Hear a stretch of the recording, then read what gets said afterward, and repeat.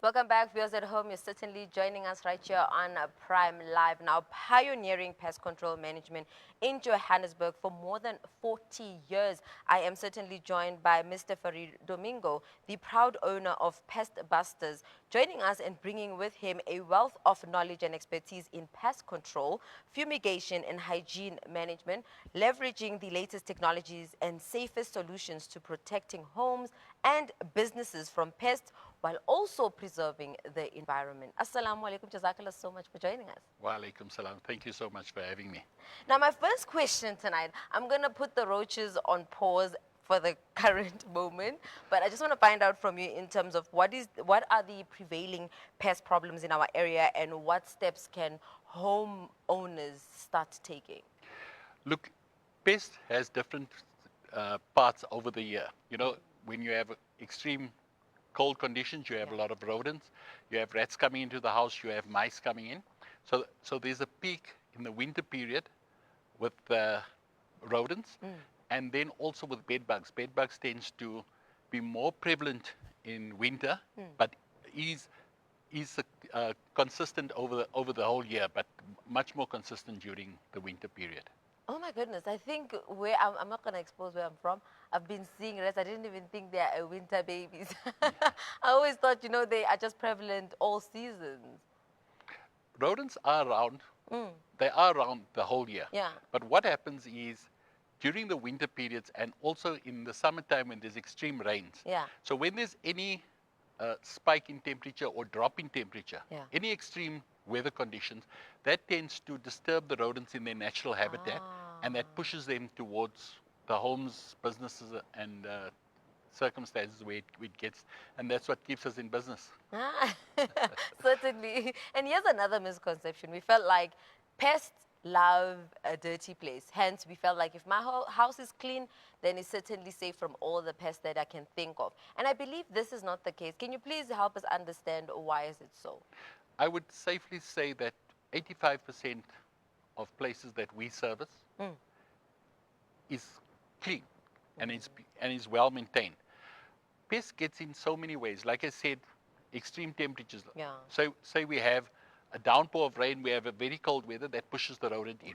Now in a circumstance, you in your good home and you're keeping the home clean, you go and you buy a pocket of potatoes, you buy a vegetable, you buy anything. It can be in a brown paper bag, and the egg can get in there. And once the egg gets there, you come in, you drop it on the floor until you pack it away, and that egg can actually drop from there and roll under your fridge, into the cupboard, you know, under the cupboard, in places that you don't see everywhere.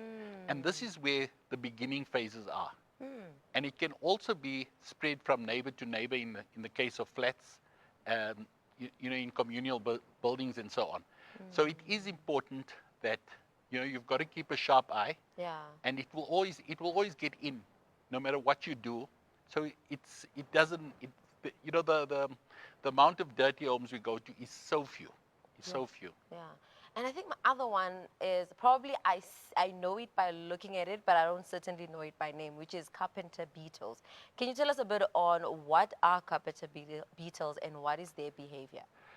Carpenter beetles, some people call it a bumblebee or something. It is a big beetle, and it's yellow and black. Now what happens is they often drill on the eaves of your house where they lay the eggs. So they would drill a hole around about 8 millimeters and about 20 millimeters or 30 millimeters deep where they lay their eggs. And this would be right around the edge of your house, and you'd see these holes, and it looks as if it's done with a drilling machine. Wow. And people have a fear, they think they'll be stung, but it's not a bee, it's a beetle, and they have to lay their eggs in there. So seeing them in the home doesn't pose a threat in that sense, because now when it looks like a bee, the first thing I want to do is just scream and run, and if not whack it. So what would your best approach be in handling such an encounter? Look, in most cases, the carpenter beetle is on the outside, right above your windows on the outside.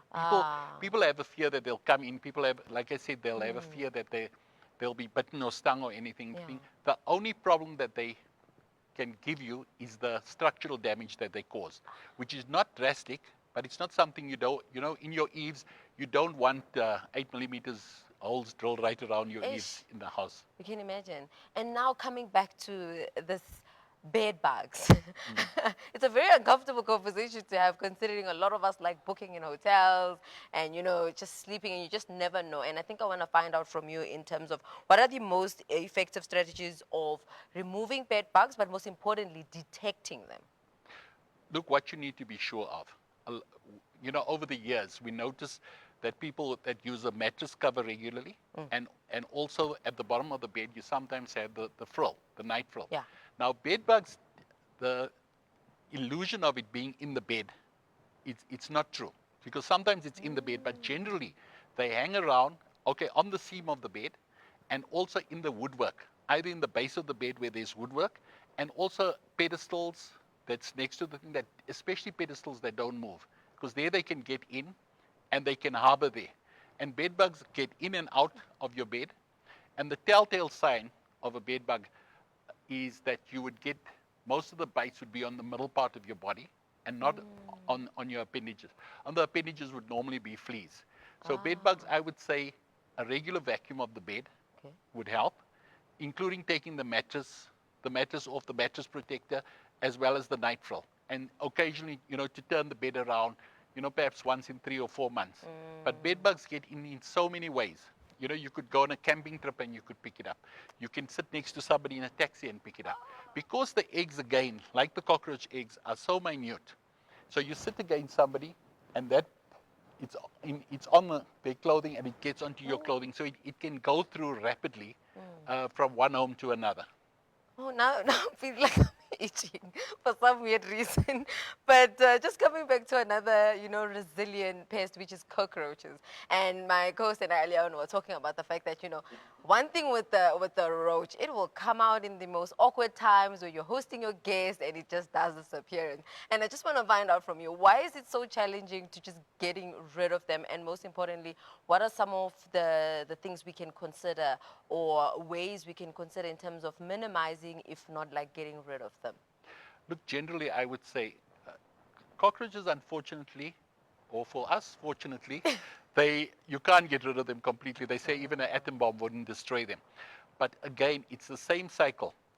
Where I know fridges are heavy, but pulling the fridge out regularly, cleaning behind the fridge, sprinkling a little borax would help, at the base of the fridge. So this is things that's going to happen. So wherever there's a heat source, there is a chance. Wherever there's a wood, like bed bugs would be, wherever there's wood, the cockroaches also harbor. And with them, they are nocturnal. They come out at night. So that's why when you're entertaining guests is when they're out. When they come out in the day, then you know that the problem is really extreme. Where they disappear. And again, they're under counters. Where the wood joins in the middle.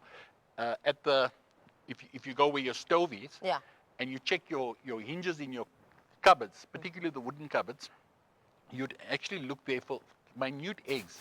And that's where they are. And the eggs can lie there for weeks before they actually hatch. And every time they hatch, it can be between 9 and 15 cockroaches that come from there. So you'll have the small ones and there's a cycle. And I do suggest, in a business premises where food is served, it should be done every month. In a domestic situation, I would suggest something like twice a year would be sufficient, sometimes 4 times, depending on the circumstance. Some domestic homes are very busy.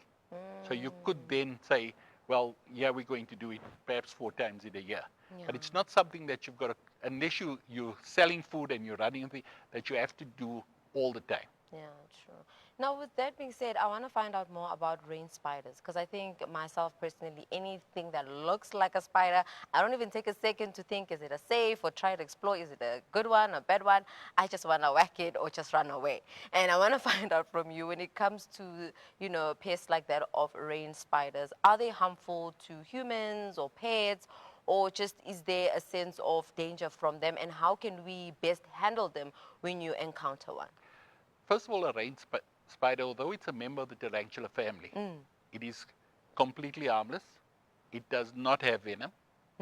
So I generally say, I've seen rain spiders far bigger than my hand.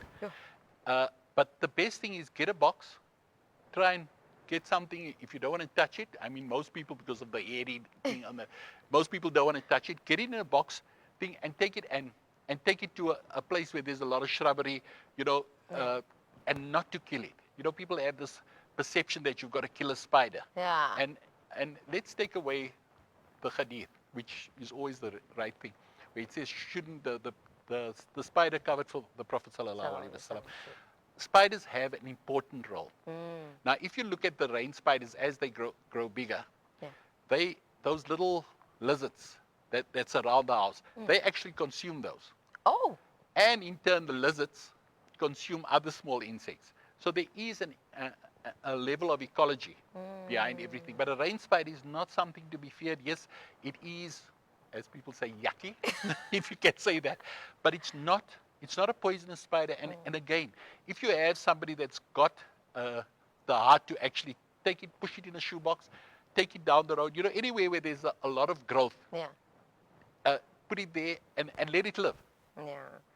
I'm one person. I think I will just keep on getting a brother or someone to assist me, because I think my biggest fear is trying to put it in the box and suddenly I feel like it's going to jump out in some form or way. But they're not aggressive. They're not aggressive. I think the look is far. I wouldn't even say it's worse than what it can do. It's actually generally a very, very harmless insect, or not insect, arachnid to us as humans. Yeah, and I think there's something that I really took a liking as I'm introducing, you know, all things Pestbusters, the idea of the environmental friendly approach when, you know, controlling that pest infestation that probably is surrounding the home. And which makes me want to ask you, for those probably who are thinking, why can't we just use your baking sodas? Because these all funny remedies that people are using to, you know, limit or even just control the pest. But I just want to find out from you in terms of if you can describe for us the measures that Pestbusters implements to protect human health, pets, and the environment during these pest treatments. I have to say, going back, when I entered I would say Pestbusters began in 1984, but when I originally entered and trained at the companies, the chemicals that we were using at the time was extremely fierce. We were using organophosphates. We were using chlorinated hydrocarbons, which, if the older people would know what DDT, things were very, very dangerous. And if you look how we've evolved, where we've come, where majority of the pesticides today, the insecticides, should I say, are pyrethroid based, which our water that we drink every day has got pyrethroid in it. So it's a chemical that breaks down relatively quickly. Oh. And it's evolved to a stage where it's become so much more user-friendly than ever before. And, you know, when I think back to the days when we trained, we used cyanogas, which was hydrogen cyanide. We used cyanide, we used methyl bromide at the time. There were so many extreme measures that we took. And yet, 40 years down the line, and you look back, we didn't need it. Yes, the period of control was longer. But the period of control is less, but the impact on the environment, the health impact has drastically reduced. It's come to the stage there where I would say from where we were in a complete red zone, we've come down to a green zone.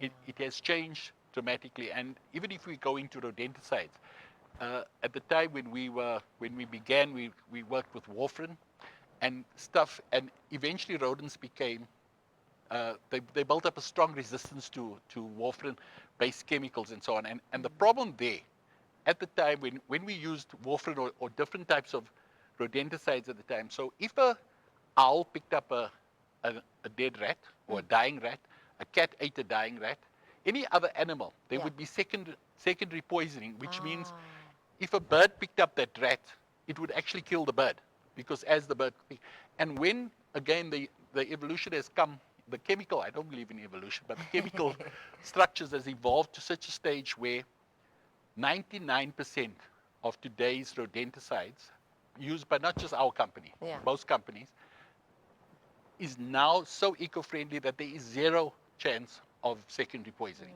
Yes, if another animal eats the poison directly, yes, it will poison that animal. But by secondary poisoning, it's come down to minute levels. So now there isn't that chance, where, for argument's sake, you went into certain areas where there's a lot of greenery and there's owls, like Craigle Park, for instance. Now, Craigle Park, it was a no-no at that time to actually use those rodenticides. Now it's changed, where you can actually, knowing that there's owls in the area, knowing about the other wildlife in the area. I mean, it may be a built-up area, but there is that strong.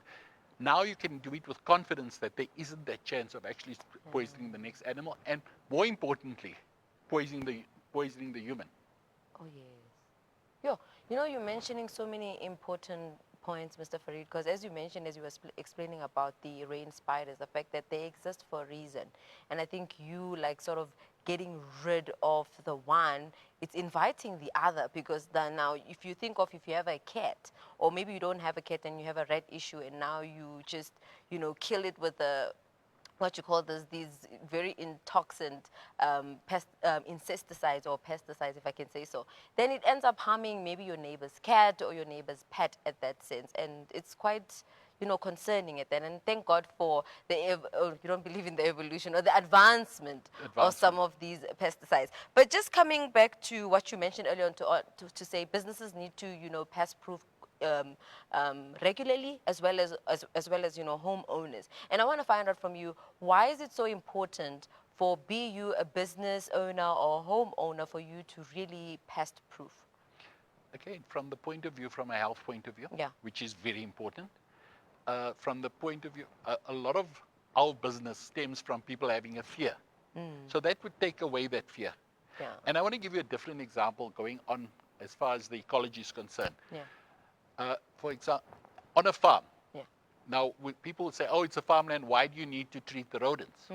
But if you kill off the rodents, the chances of snakes coming there drastically reduces.